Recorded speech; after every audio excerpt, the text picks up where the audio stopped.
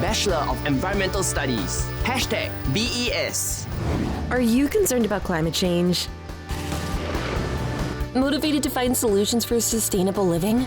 Environmental challenges are complex, involving many perspectives from the sciences, social sciences, law, engineering, and that's just for a start. One thing is clear. This program will prepare you for careers in an emerging field. So for this project, I was able to observe how natural spaces could be used to improve the mental well-being of people. Even blue spaces, such as these. We looked at nature-based solutions from around the world and tried to adapt it to everyday spaces like these. Plants like these help to create natural drains, so we don't have to just use concrete ones. Environmental studies lets you decide if you prefer courses that are applied or theoretical.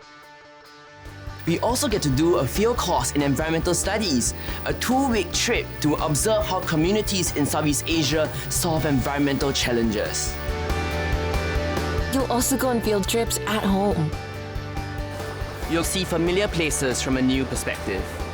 I get ideas on how communities can live more sustainably. If you are passionate about finding solutions for climate change, If you want to be an advocate for green energy or water sustainability, your chance to be a change agent starts here.